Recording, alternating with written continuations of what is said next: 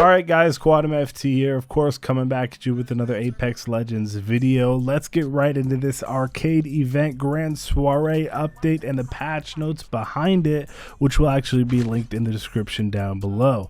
First off, we've got three things to start off with. This event actually runs from January 14th to January 28th, and it includes LTM mode arcade, experience a different limited mode every 2 days, including familiar favorites and new additions, introduction of event prize track, complete challenges to rack up arcade points and earn increasingly prestigious rewards throughout the event, direct purchase event shop featuring exclusive art deco, inspired cosmetics, and other new additions to the core loot pool. Let's start moving on to the cool stuff. Next, we've got a schedule for all new 7 game modes. So from today to tomorrow, January 14th to the 15th, we've got Gold Rush Duos, which I've already played. I really enjoy them, which is gold weapons only with you and a friend. Then we've got Live Die Live from Jan 16th to Jan 17th, automatically respawn on living squad mates when the ring closes. Then from the 18th to the 19th, we've got third person mode, which is definitely going to be crazy. They just say a classic out of body experience, not much context there. And from the 20th to the 21st, we've got Always Be Closing, which is definitely going to be the most chaotic one. Keep on the move, avoiding big damage from a ring that just won't slow down. And then from the 22nd to the 23rd, we have Armed and Dangerous on World's Edge, which we've had Armed and Dangerous before, but I don't think on World's Edge, which is shotguns and sniper rifles with limited armor. Next, we've got from the 24th to the 25th, one of my favorites, Night Game on Kings Canyon. It's to basically just play the game normally on Kings Canyon finally at night. I'm so pumped to play Kings Canyon. I'm really happy it's making a return, even if it's only for 48 hours. And then from the 26th to the 28th, it's Dummy's Big Day.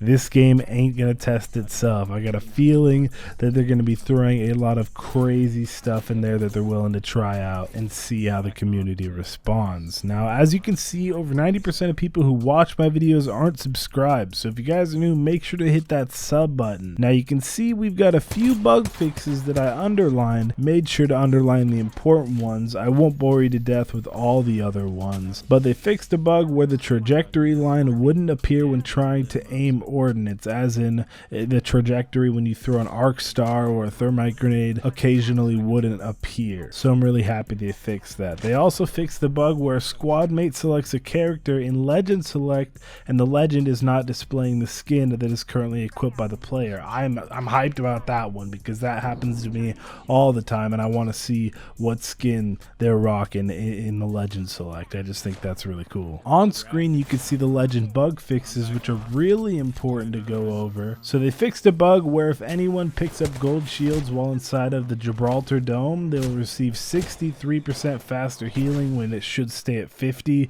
so they fixed it back down to 50.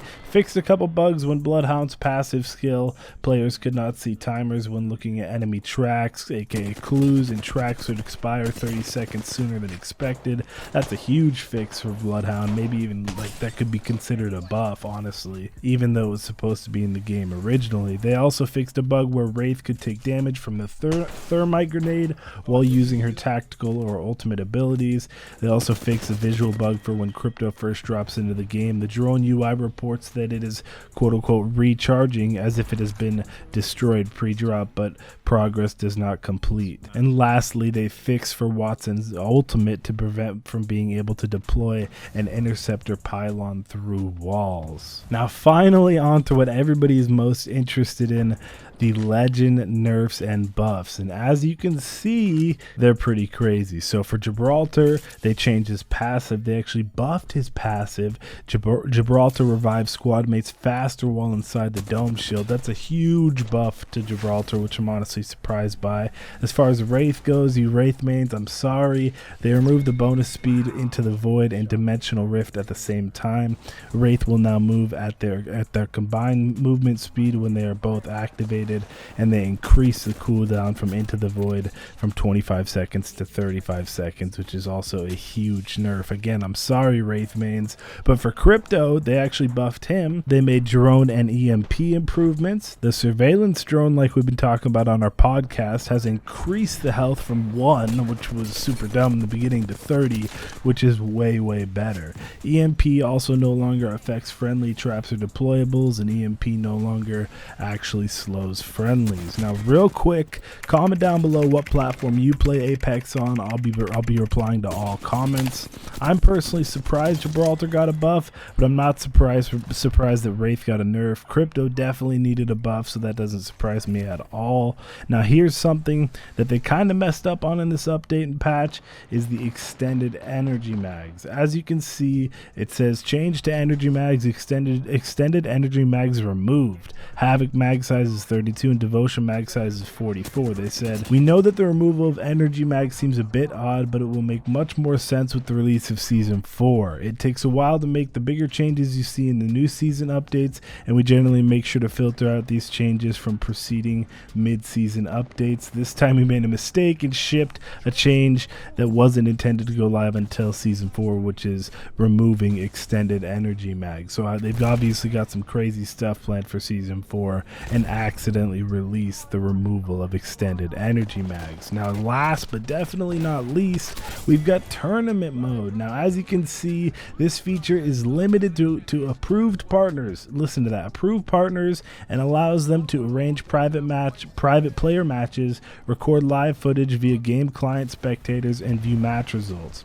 Our goal here is to provide great tools for tournament organizers for setting up teams and matches at events, and a better spectating experience for fans.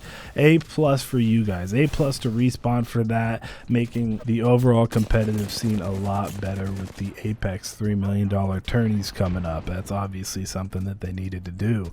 Overall, I'm totally pumped for the rest of this event and all the new modes to cycle through and test them all out. I'll have multiple videos coming out over the next few days with this new event and all, especially multiple today, so look out. This video's Noti Squad shout out goes to Hexamania. If you want the next vid shout out, all you guys got to do is comment Noti Squad or Notification Squad.